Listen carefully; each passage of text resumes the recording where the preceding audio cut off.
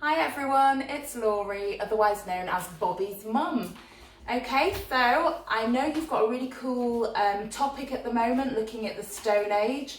I've been watching some really crazy videos on horrible histories with my girls, really informative, and it gave us some really good ideas for some art projects at home. So we've been getting busy with those, and I thought I would share some of the stuff we've been doing with you guys so that you can have a little go at home yourself. So what I've tried to do with this is only use really basic materials that hopefully most of you have got in your own homes.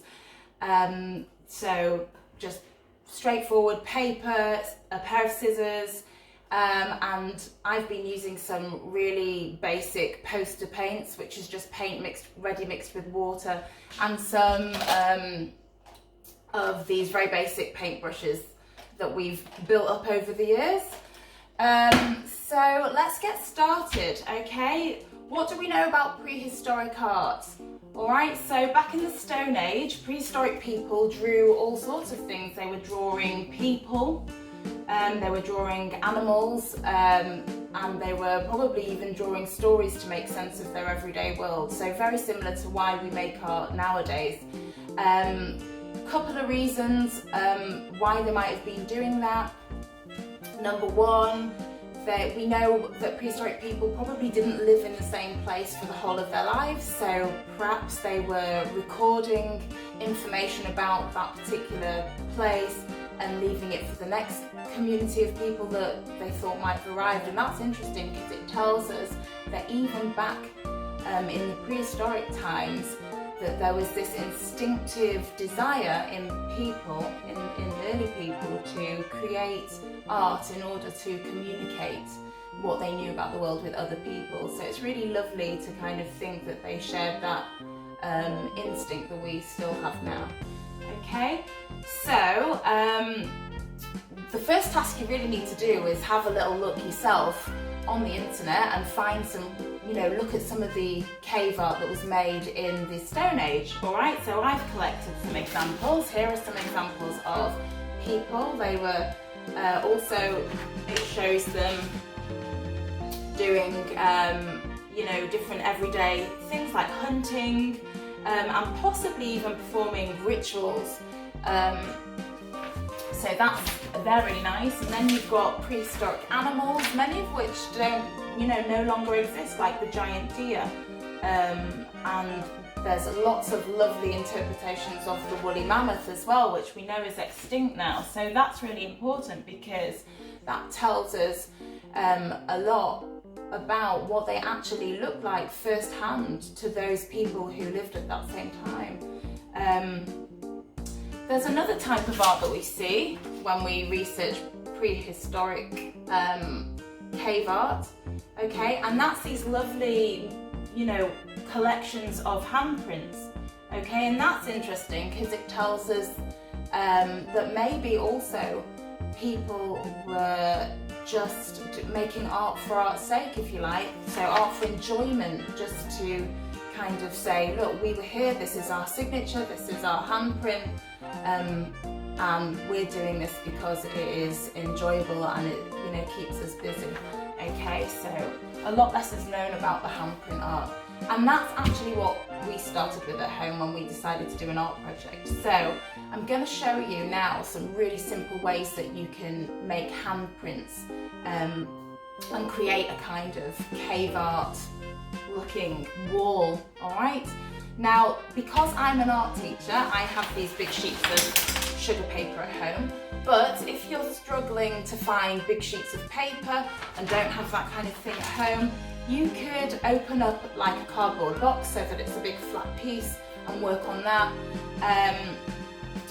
So that's definitely an option as well. Or you could even stick just some basic pieces of printer paper together to make one big piece. All right, so starting off with a blank sheet, the first thing you can do is to actually just draw around your hands, okay? And wax crayons are really good for this because they give a really nice visual texture on your paper. So you just have to kind of really slowly just draw around the edge of your hand and your fingers. All right, it sounds really easy actually, but sometimes if you go too fast, the crayon will slip under your finger and it'll make a really funny shape, really funny skinny finger shape. So you do need to take your time with that and get some really nice hand shapes. So that's just one I've done there. Okay, you can see it's you know, just an outline.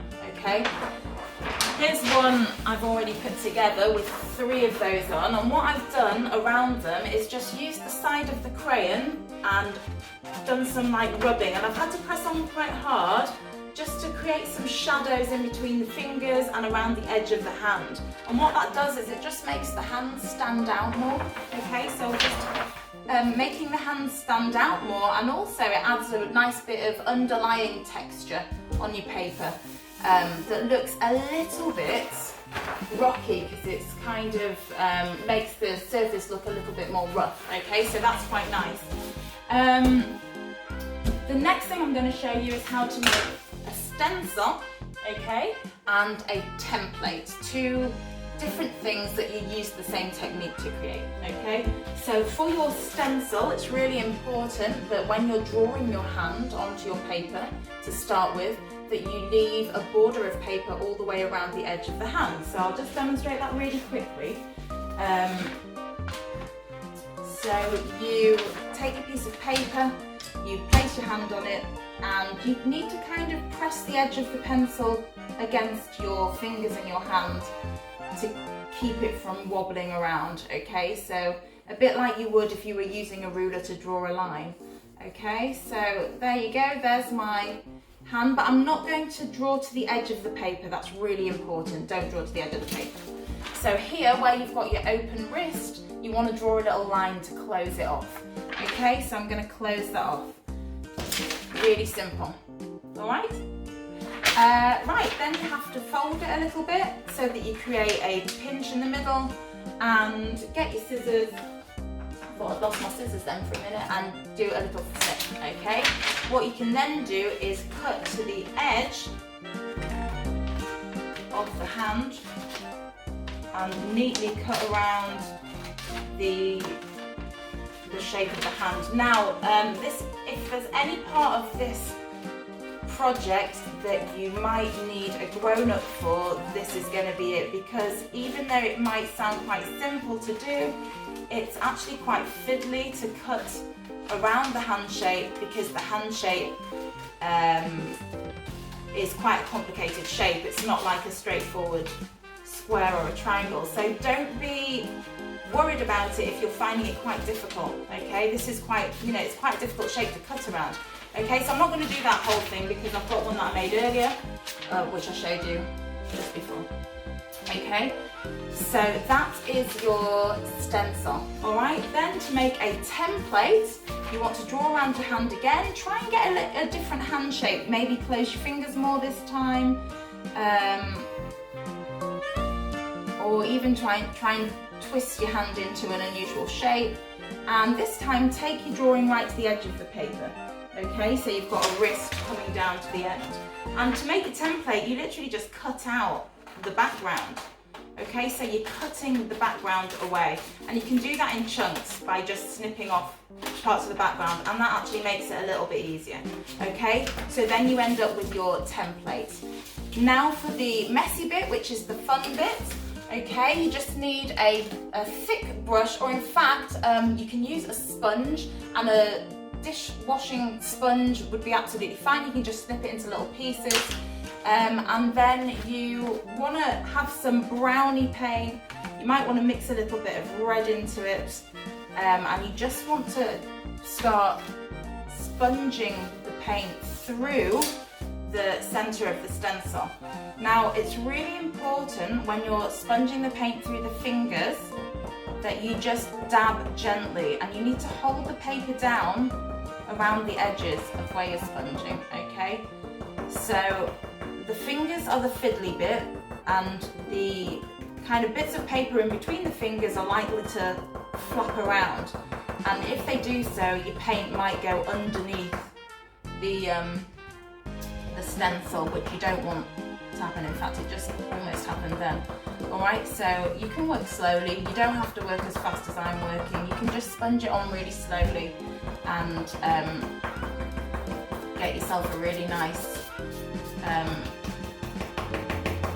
stenciled image, okay?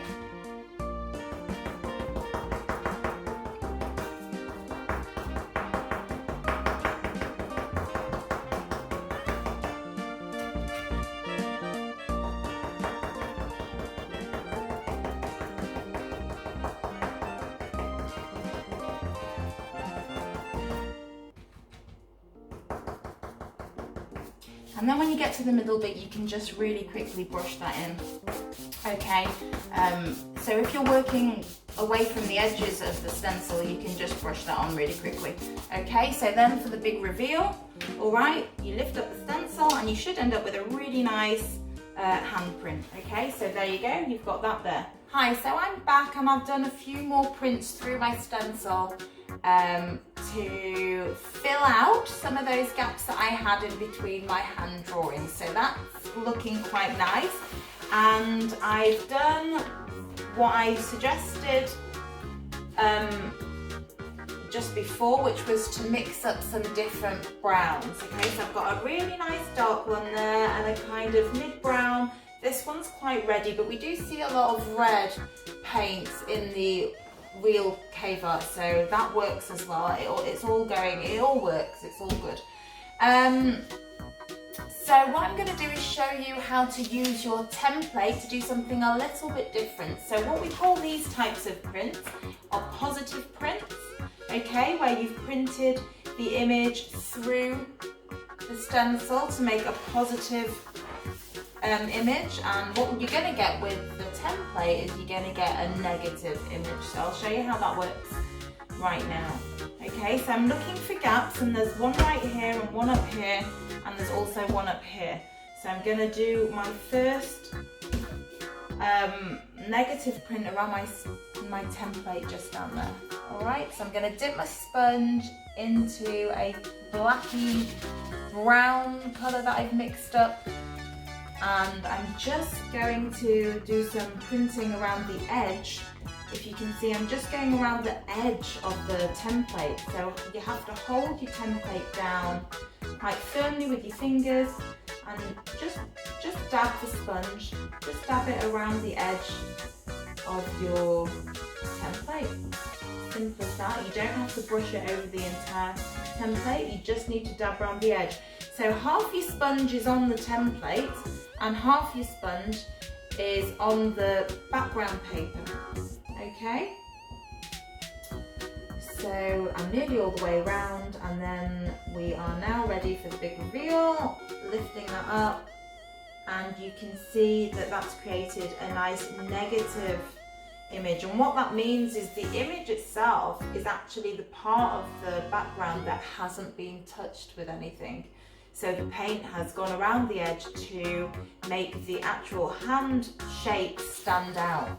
Alright, so that's looking quite nice there. I'm going to do another one here. What I might do actually is flip over, although actually I've got a dry one over here that I made earlier.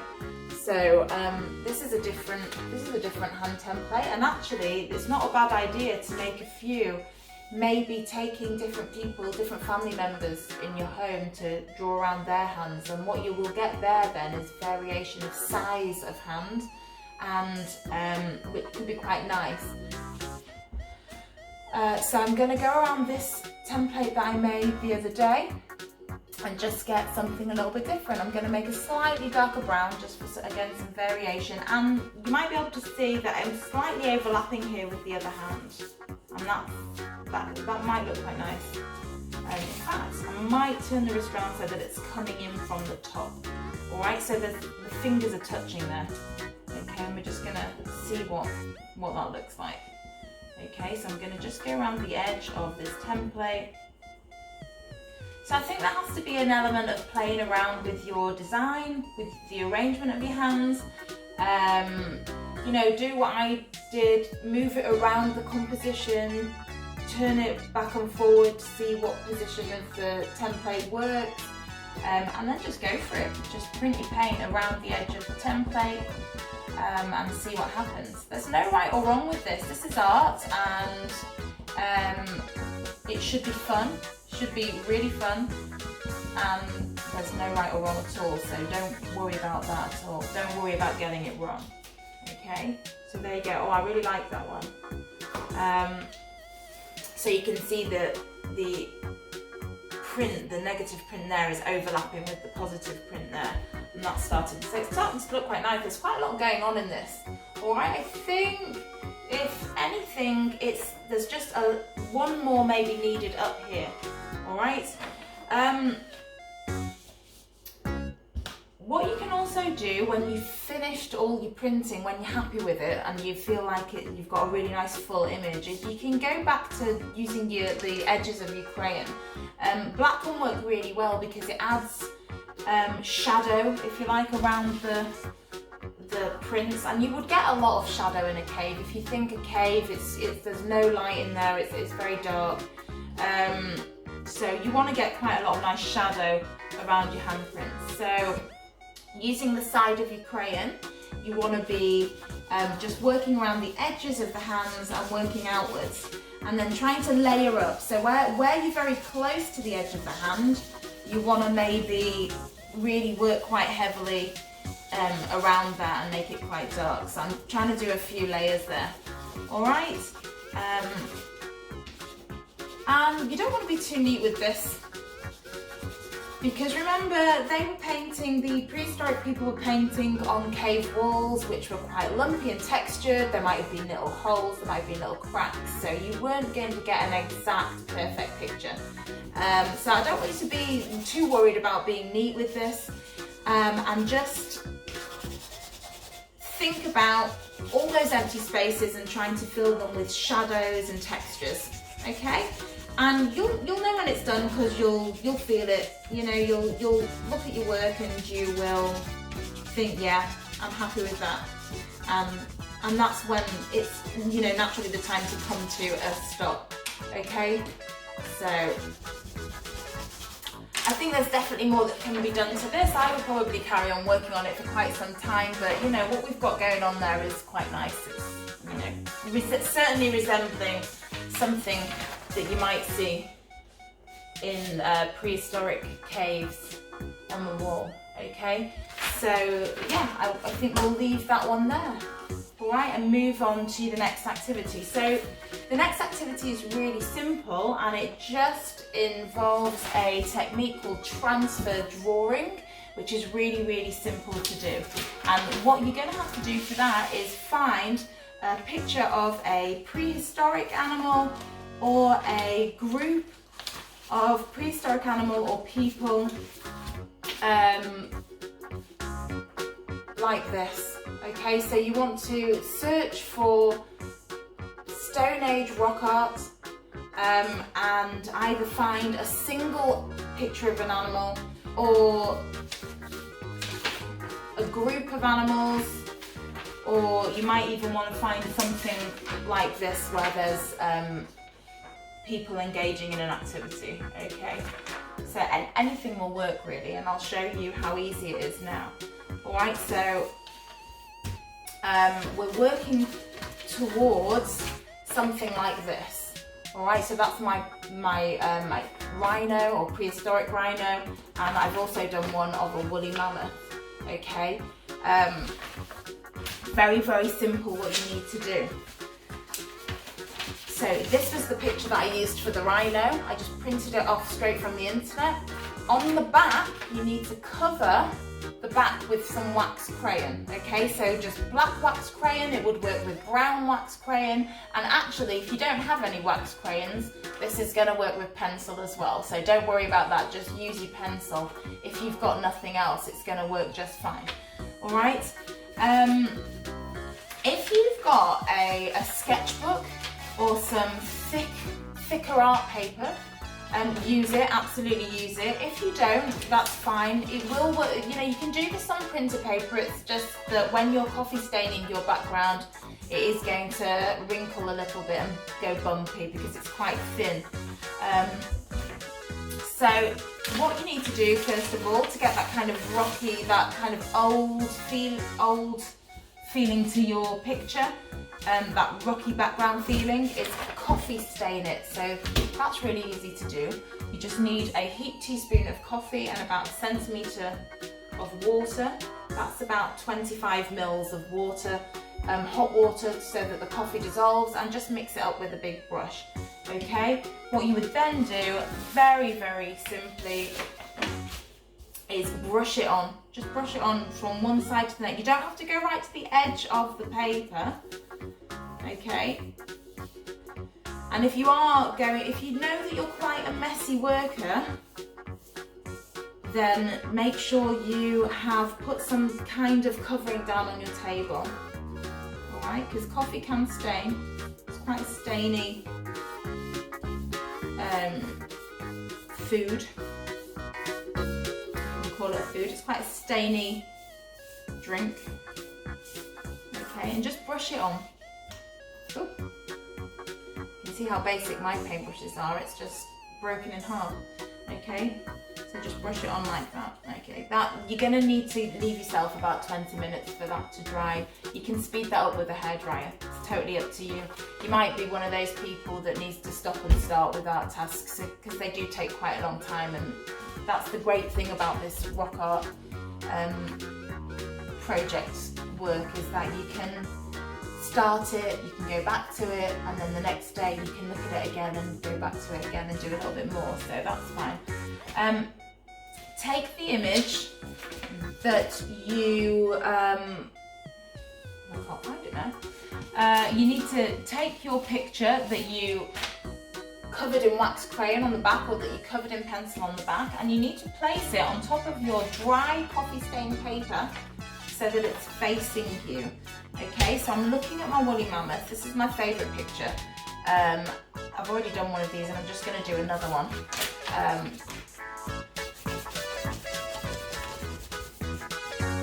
They've used the woolly mammoth a lot in kids' movies. It's really, really cute. It's like a big woolly elephant. Okay, so it is one of my favourites. Alright, just make sure there's loads and loads of wax crayon on there. Alright, turn it around so it's facing you, and you need either a sharpened pencil or a biro pen would be absolutely fine for this. And you just need to draw over the top of the picture, like a tracing, if any of you have ever done a tracing. Okay, you're just drawing over the top of the outlines of the picture. Okay, and what that should be doing is pushing the wax crayon on the back onto your coffee stained paper. Okay, so really I have to finish this example so that you can see what it does. Yep. So if you're pressing too hard like I just did, you might snap your pencil, and that's why it can be better to use a biro pen, because they don't snap if you're pushing down quite hard. Okay, so I would say biro pen is the way to go if you're going to do this activity. Alright, so I'm nearly done, and what I can show you there is that it is pushing the wax crayon onto the coffee stain paper. Alright, once you've traced your whole image, all you need to do is go work around the image, work around with your wax crayon and just thicken out those lines, So what you'll have is a really thin, quite faint line from your transfer drawing onto your coffee stained paper, and you need to get your wax crayon and you need to darken that right up by drawing over the top of the line. And I'm looking around here for my black wax crayon, which seems to have disappeared. So, and I've just found it. Okay, so you just need to go over your thin lines with your black crayon. And you know what, if you don't have a black crayon, don't worry about it. If you don't have a black crayon, you can use a black coloured pencil, or you can use brown, or you could even just try scribbling into the line with a black biro pen. That equally would thicken out your line, okay? And then with the side of your crayon, like you did when you were working around the hands on your rock art piece before, you just want to work into those shapes, those contour shapes around your creature with the side of the crayon, and add some shadow. The more the better really, because it will create that lovely rocky texture.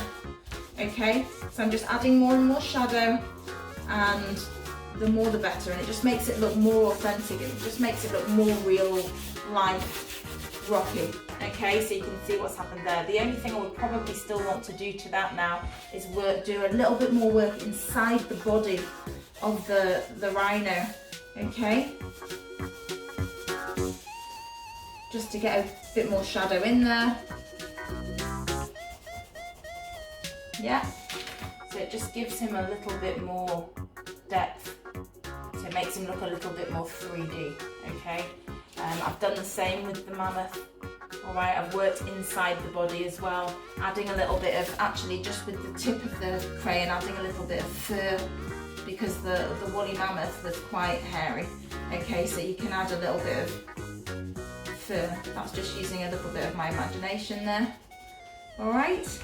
And that's it. So that's much more simple. Finishing touches, rip around your design. Okay, so that's just one single animal, but like I said, you can do a little community of animals if you want to. So just exactly the same process. You would just colour in the back with your wax crayon, put it onto your coffee stain paper face up, and just draw over the lines, and you would get the whole image on your coffee stain paper, and again working in with your wax crayon on top to make it look really textured. So that is super simple. Really do have a go with that, because I think that looks really, really authentic. So thank you for watching, and if you do decide to make anything similar to what we've made here, please get your parents to WhatsApp me some pictures, because I'd absolutely love to see what you've done. I'm sure you can create better works than I've rushed to make tonight, okay? So see you later. You can talk. You need to speak, but then Pardon? you need to speak at the point you want to speak. Hi there. Hi everyone. I don't think I need to speak any more than that. It's a volume test. Right. Speak the quickest you get to speak. This. And the loudest. This.